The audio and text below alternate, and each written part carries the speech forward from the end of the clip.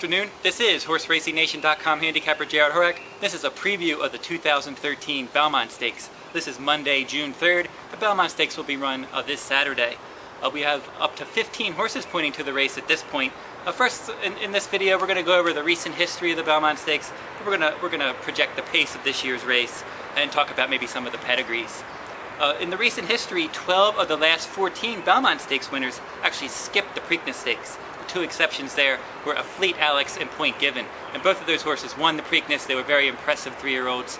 So basically, the recent history is saying that you want a horse that probably skipped the Preakness, maybe a fresher horse, into the race. Now, 6 Kentucky Derby losers since 2000 skipped the Preakness, then they won the Belmont Stakes. Those horses were Summerbird, Jazzle, Birdstone, Empire Maker, Commendable, and then last year Union Rags skipped the Preakness after having trouble in the Derby, and then he won the Belmont Stakes. This year's pace scenario, it looks like there's up to 7 horses that like to be forwardly placed, so we're looking at an honest pace scenario.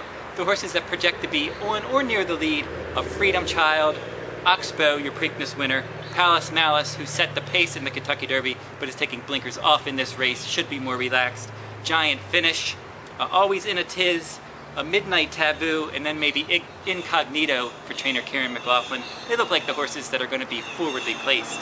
So it looks like an honest pace. Maybe we're looking for a fresh horse coming from a little bit off the pace to win this year's Belmont Stakes.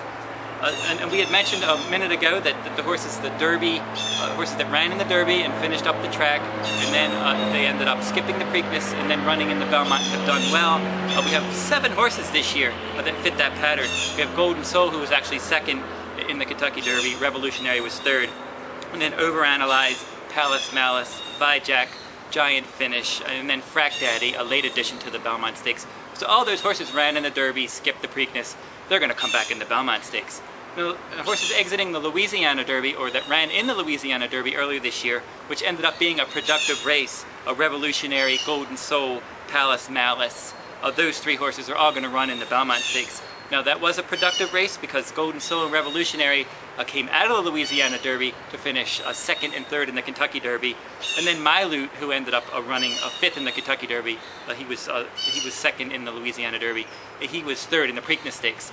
So that form of the Louisiana Derby is holding up pretty well, and that bodes well for the chances of Revolutionary, Golden Soul, and Palace Malice in the Belmont Stakes.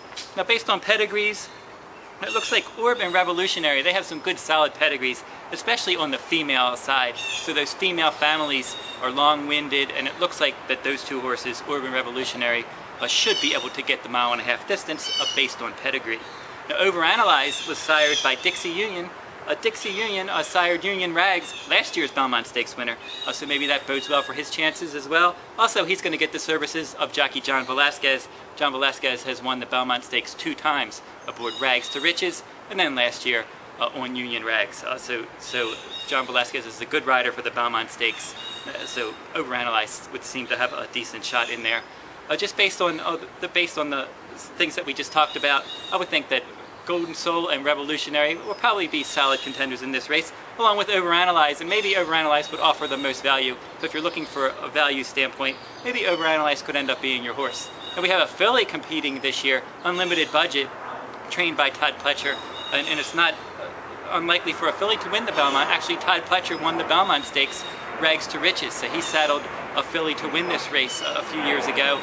And also Rosie Napravnik is going to get aboard Unlimited Budget. Now, the main problem with this one, she seems to fit on quality, and her speed figures aren't bad either, but her female family is a little bit suspect for 1.5 miles.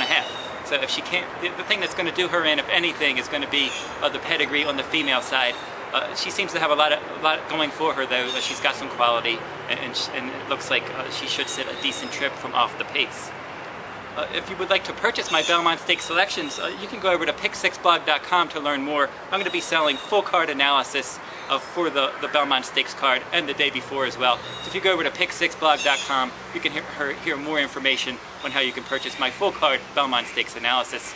And for all other Belmont Stakes news and updated stuff, you can go over to HorseRacingNation.com. We have our 2013 Belmont Stakes page, and we have updated news right on our homepage every day. That's a wrap for this Belmont Stakes video. This is HorseRacingNation.com handicapper Jared Horak. Good luck at the races.